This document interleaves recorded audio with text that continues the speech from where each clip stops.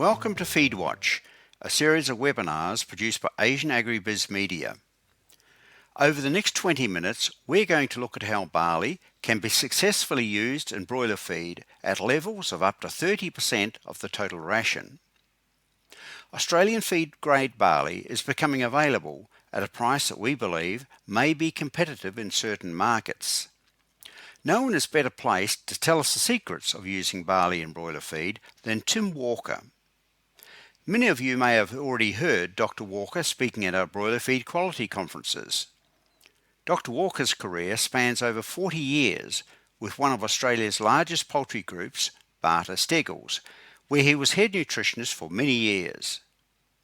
During his career, he has enjoyed several short-term consultancies in the Asia-Pacific region, so not only has he worked with barley all his life, but he also has a good grasp of the requirements of Asian broiler producers. This webinar is sponsored by the Australian Export Grains Innovation Centre. AGIC is Australia's leading agency delivering market insights, innovation and applied technology to create value for the Australian grains industry. AGIC achieves this by working closely with customers across Asia, providing them with technical support, information and education when they use quality grains from Australia. Welcome, Tim. Thanks for agreeing to share your extensive experience. Firstly, how much barley is used in broiler feed in Australia? Rex, barley is commonly included up to 20% in Australian broiler feeds and sometimes above 30%. Note that barley is suitable for all types of poultry, not only broilers, but layers, broiler breeders, ducks and turkeys. What are the key differences between Australian and Asian broiler feeds? Corn is a minor grain in Australia because of its high cost compared to other grains. Barley is the third grain for broilers in Australia after wheat and sorghum. The amount of barley used, of course, depends on cost and availability, and this varies regionally and seasonally in Australia. Barley is most plentiful in southeastern Australia and the south of Western Australia, regions remote from sorghum production. I should note that Australia has world-class broiler performance, including feeds with barley. So broilers do not need corn for high performance. How much barley do you think could be used in Asian broiler feeds? Rex, I cannot think of any reasons why barley levels in Asia could not be as high as Australia. As a guide, I suggest maximums of 10% in starter, 25% in grower, and 30% in finisher. But please note, you should have a good understanding of the quality of the barley at your mills, use correct enzymes, and begin with low levels in feeds and increase gradually to allow gut microbes to adjust to barley. What are the key specs I need to be aware of if I do start using barley? The most important nutritional specs for any grain are metabolizable energy, ME, and digestible essential amino acids. NIR tools are now available for rapid assessment of grain quality, including barley. In this webinar, I will compare barley with corn and wheat. Tim, what about starch levels? Starch is the main contributor to ME of any grain. Barley has lower starch than corn and wheat, and typically about 50% in barley compared to 64% in corn and 58% in wheat. Note that barley has high starch digestibility, similar to corn. Barley has a significant hull. Does this increase the fibre content? Yes, barley has higher fibre, both insoluble and soluble, than corn and wheat. A reminder that dietary fibre includes non-starch polysaccharides, NSP, and lignin. Insoluble fibre in feed is often beneficial for gut development and function and for bird behaviour.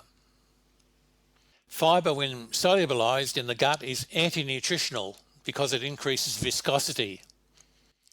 However, solubilized fiber can be beneficial when hydrolyzed by enzymes to oligosaccharides. Fiber in the 3 grains is compared in the tables to follow. This table summarizes fiber in the 3 grains. I'll now talk about total, insoluble and soluble fiber separately. Total fiber is higher in barley and the other 3 grains as highlighted in yellow. Turning to insoluble fiber is high in barley, particularly cellulose and lignin, much of it coming from the hull. Is insoluble fiber harmful?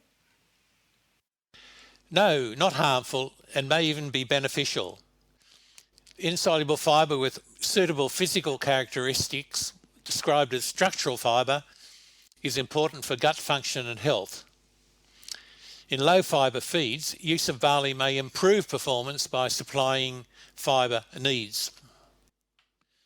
Turning to soluble fiber, high in barley, particularly beta-glucans, but also arabinoxylans. Is soluble fiber harmful? Yes, soluble fiber absorbs water and increases viscosity of gut contents. High viscosity can impair digestion, affect gut health and cause wet litter. Can problems with soluble NSP be fixed? Yes, with suitable feed enzymes, as we'll discuss. Oligosaccharides produced by NSP enzymes can be beneficial. Can you please explain the role of the beta-glucans? Beta-glucans are glucose sugar polymers like starch and cellulose. However, the polymers have different chemical linkages that affect their solubility and hydrolysis by enzymes. Beta-glucans are cell wall components of some plants, including barley and oat grains and yeast. Are beta-glucans useful immunomodulators? Yeast cell wall beta-glucans are immune modulating, but barley beta-glucans have different linkages. Immune modulation properties of barley beta-glucans are not yet known. What feed enzymes should be included in barley feeds? NSP enzymes act on NSP in the chicken gut. Beta-glucans are the main NSPs in barley, but arabinoxylans are significant, as shown previously. In fact, some research indicates arabinoxylans are more important than beta-glucans in barley. Therefore, feed enzymes with both beta-glucanase and xylanase activity are recommended. Okay, so we've discussed barley starch, barley fibre and barley enzymes. What ME value should I use for Australian barley? A common book value for barley ME is 2750 kilocalories per kilogram as fed. However, ME is usually measured by bioassay using young broilers on feed without enzymes. With appropriate beta-glucanase and xylanase, I suggest an ME of 2900 kilocalories per kilogram for typical Australian barley. What's the typical protein content of Australian barley? Barley protein content is typically about 10% as fed, at least 2% higher than corn but lower than wheat. How do digestible amino acids in barley compare with corn and wheat? The 3 grains are different, so we need to consider both protein digestibility and amino acid composition of each grain. How digestible is barley protein? Protein digestibility is high for all grains, but lower for barley and wheat without feed enzymes than for corn. Digestibility differences are mainly due to anti-nutritional effects of NSP in barley and wheat. NSP enzymes reduce, if not fully eliminate, protein digestibility differences between the 3 grains. I've used Evonik AminoDat5 to compare standardized ileal digestible essential amino acid levels in the 3 grains. If we assume the 3 grains have the same 9% protein content, barley has higher lysine and threonine than corn, but lower methionine, M plus C, threonine, isoleucine, valine, and leucine. Note that barley has a leucine-isoleucine ratio closer to ideal than corn. However, barley, with its typically 2% higher crude protein, contributes more of every SID essential amino acid than corn, except for methionine and leucine. And as mentioned, lower leucine is desirable. The next table shows amino dat values for all SID essential amino acids. If you don't have access to amino dat, you need other sources of information to calculate digestible essential amino acids for particular protein levels of the 3 grains.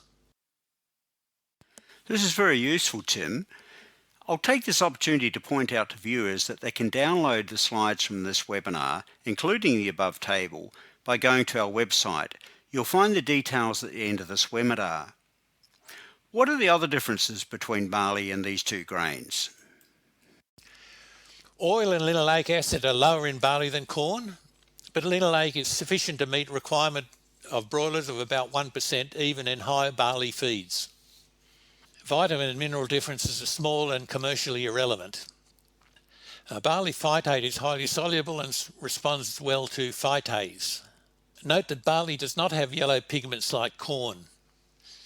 Other pigments may be needed in feed if yellow skin is required in your broiler market. Australian barley has low mycotoxin contamination. This is a good reason to use barley if you have mycotoxin concerns with other grains such as local corn. For pelleted feeds, barley is inferior to wheat but has the same pellet quality factor as corn. I should add that barley is suitable for mash and whole grain feeding too. Thanks, Tim. Can we just quickly run through those critical specs again?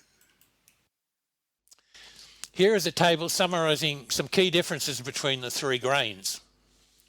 Me is lower in barley than corn and wheat. Barley protein is higher than corn but lower than wheat. Barley has lower starch than the other 2 grains and lower oil than corn. High fibre, no pigment. For enzymes, recommended that both beta-glucanase and xylanase be used with barley. The mycotoxin risk is low with barley, and pelletability of barley is similar to corn. Tim, thanks for mentioning about those enzymes again. Can you explain the role of the feed enzymes with barley again?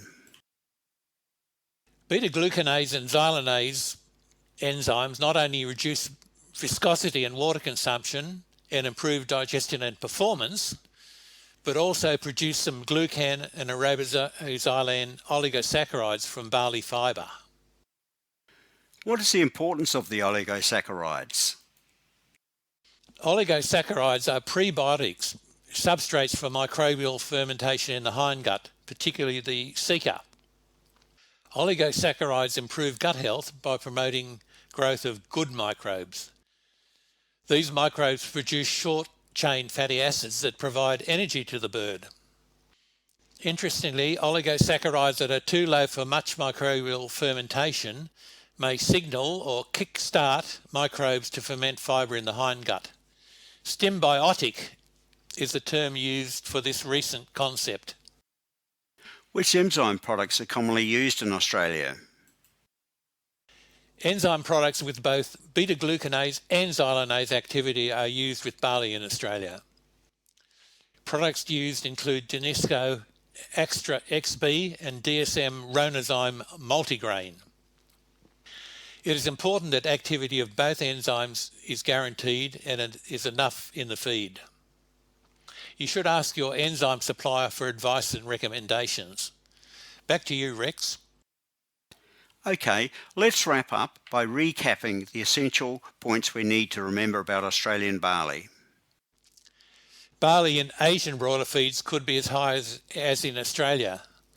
As a guide, I've suggested maximums of 10% in starter, 25% in grower and 30% in finisher. but please note you need to know the quality of the barley you'll be using and include correct enzymes. Economics will, of course, guide use in Asia, and higher levels may not be economic. I suggest low levels at first in feed, then increase gradually to allow gut microbes to adjust to the barley substrate. Thanks, Tim. Those nutrition specs are most useful, as are the tips about using enzymes. I've got a question for the audience. Could barley be an option for you? You can learn more by going to the Barley platform on our website. That's at www.asian-agribiz.com/barley. There you will find a PDF of the slides from this webinar and articles by Tim Walker about using barley in broiler and layer feeds. You can also follow the Barley Q&A blog on FeedWatch. Just go to our website homepage and click on the FeedWatch link. And please do email your questions to me or Dr. Walker. My email address is rex@asianagribiz.com and Tim's is timwalker@gmail.com.